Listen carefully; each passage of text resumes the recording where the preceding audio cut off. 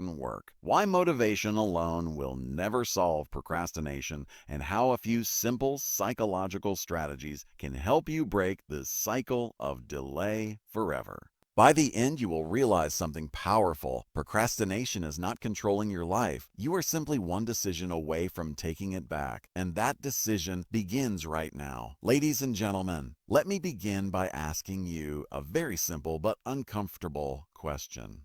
How many times in your life have you promised yourself that tomorrow you would finally become productive? Tomorrow you would wake up early. Tomorrow you would start the project. Tomorrow you would stop wasting time. Tomorrow you would become disciplined. And yet somehow tomorrow always becomes another tomorrow. If that sounds familiar, then you are not alone.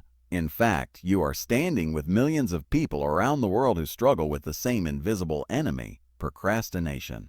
Now let me tell you something that might surprise you. Procrastination is not laziness. It is not weakness. And it certainly is not a lack of intelligence. The truth is far deeper than that.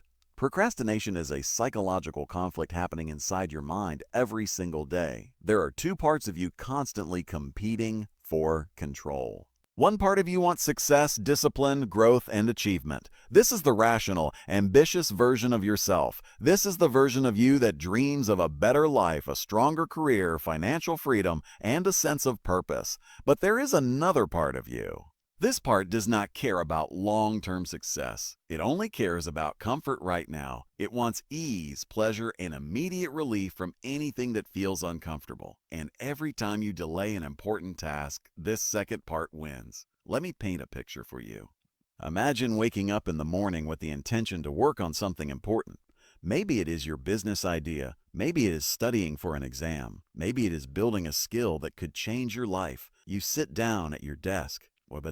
And suddenly your brain whispers something very familiar. Maybe you should check your phone first. So you check one message, then another. Then you open social media. Then you watch a short video. And before you realize what happened, 30 minutes are gone. Then an hour. Then 2 hours. Then 2 hours. And now comes the most painful moment. You close your phone, look at the clock, and suddenly a wave of guilt hits you. You ask yourself questions like, why can't I just focus? Why am I wasting my time? Why do I keep doing this? And the worst part is this. You know exactly what you should be doing. You are not confused about your goals. You are not unaware of your responsibilities. You simply cannot bring yourself to start. That gap between knowing and doing is where procrastination lives. And this gap is not harmless. Procrastination is not just a bad habit. It slowly steals something far